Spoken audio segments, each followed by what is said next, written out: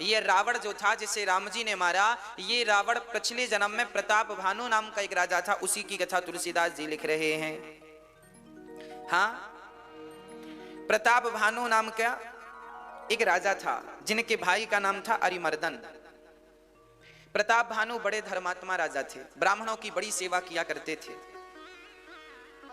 है ना, बड़ा दान पुण्य करते थे, रोज ब्राह्मणों के चरण पखारते थे, रोज ब्राह्मणों की सेवा करते थे, रोज दान दक्षिणा देते थे।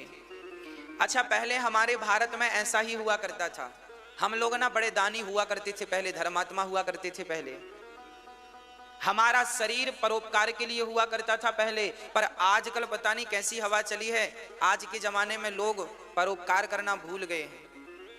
आज पहले के लोगों के भीतर दया ज्यादा थी, आज के लोगों के भीतर दया बिल्कुल नहीं है, निर्दयी हो गए।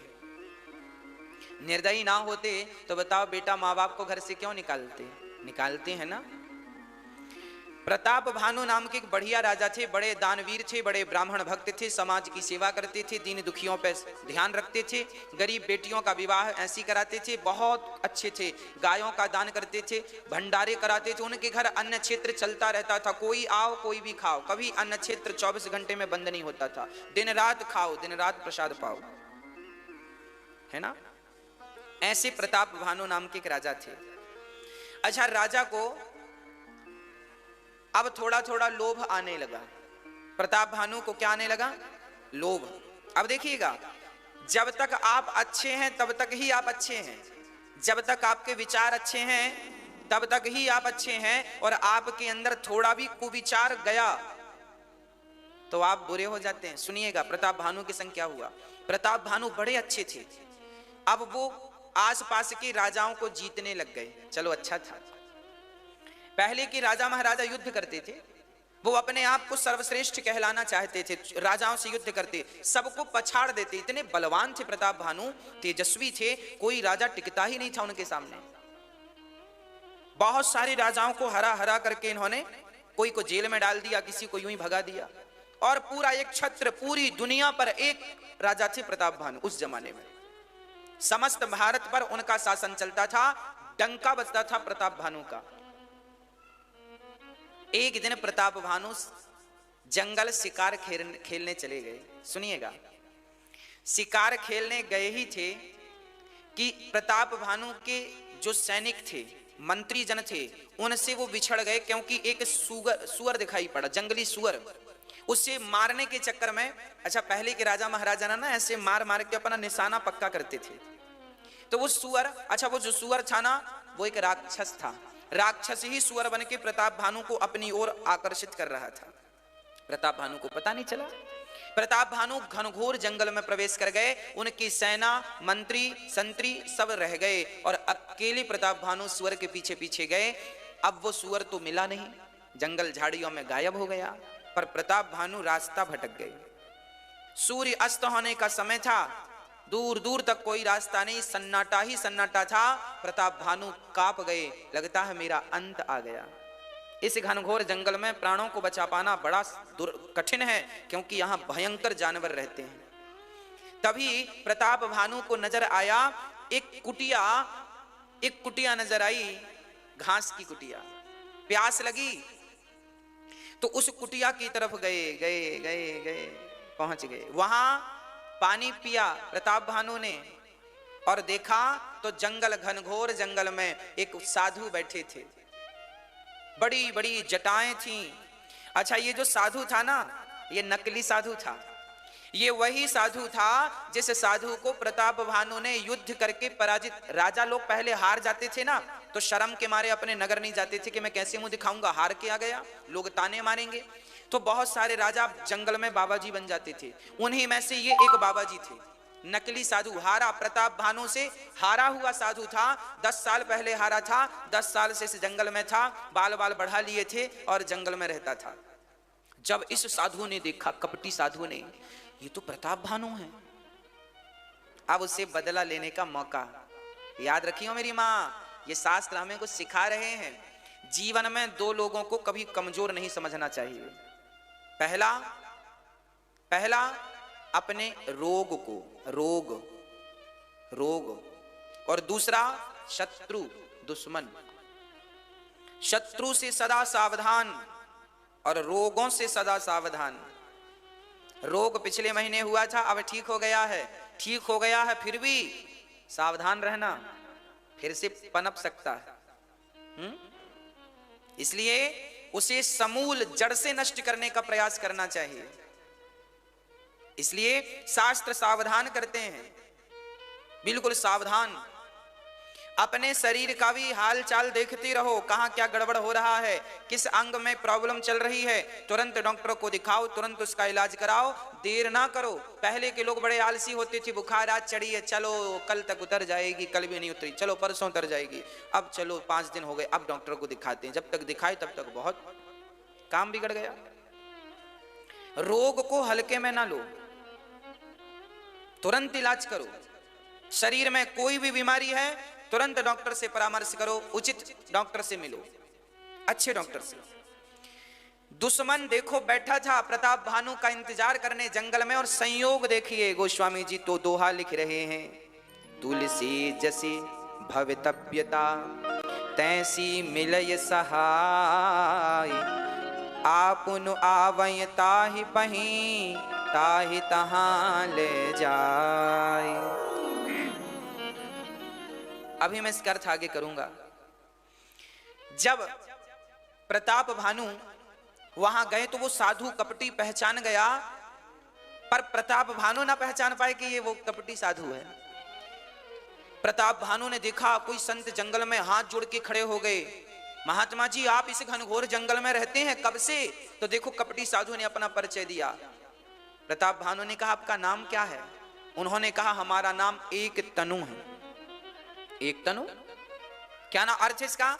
बोले जब से सृष्टि बनी है तब से हमने दूसरा शरीर नहीं लिया, इसलिए एक तनु, एक तन में है, दूसरे तन में हम। देखो झूठ बोलने वाले भी छोटा मोटा झूठ नहीं बोलते, जब झूठी बोल रहे हैं तो बड़ा बोले। कह दिया कि जब से मैंने जन्म लिया है तब से मैंने दूसरा शरीर ग्रहण नहीं किया, इसलिए मेरा नाम एक तनु।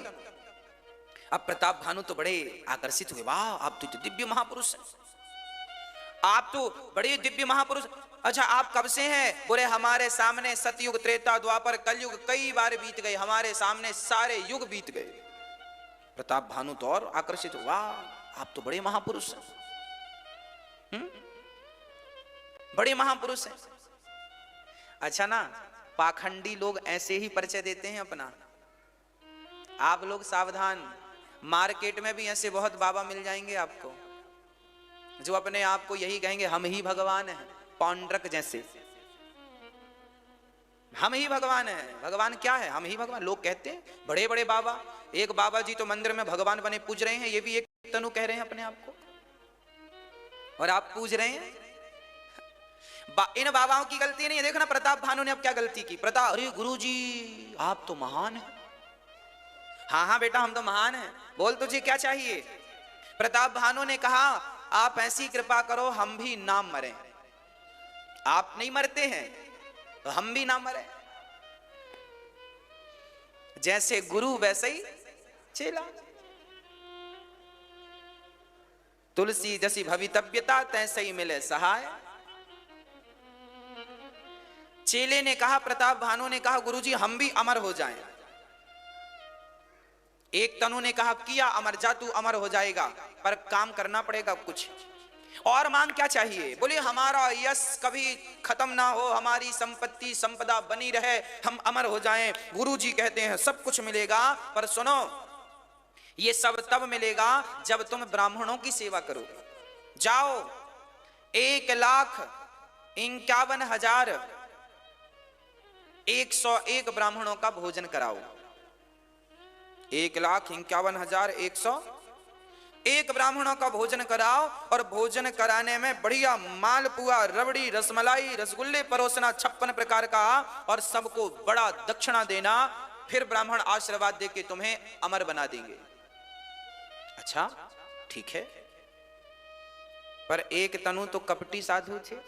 इन्होंने कहा सुनो रसोईया हमारी तरफ से आएगा,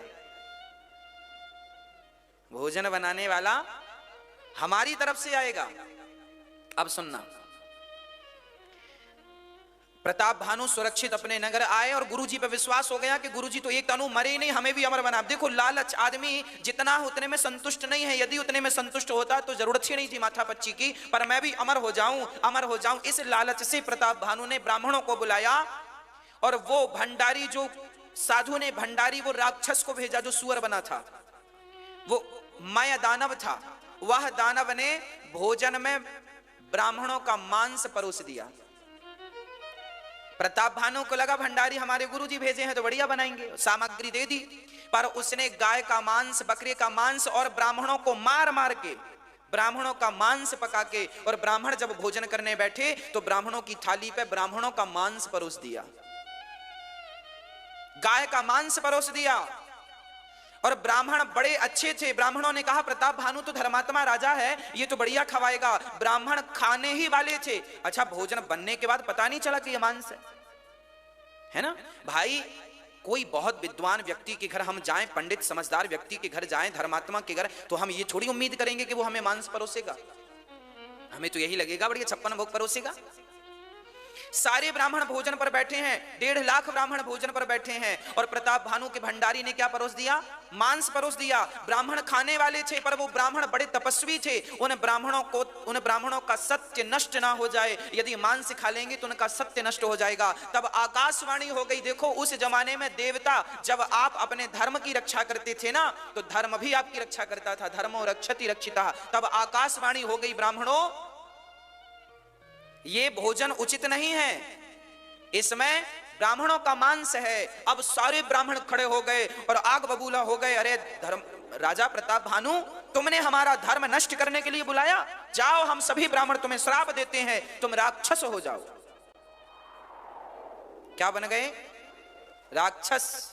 वही प्रताप भानु ब्राह्मणों के श्राप के कारण रावण बना। अब सुनिएगा, प्रताप भानु राक्षस क्यों बने?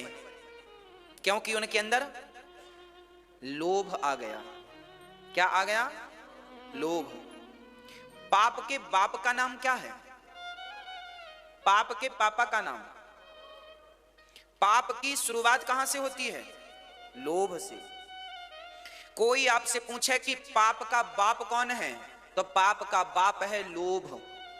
विचार करके देखो कि हमारे भीतर लोभ ना हो, आपके भीतर लोभ ना हो, तो आप कौन सा पाप करेंगे?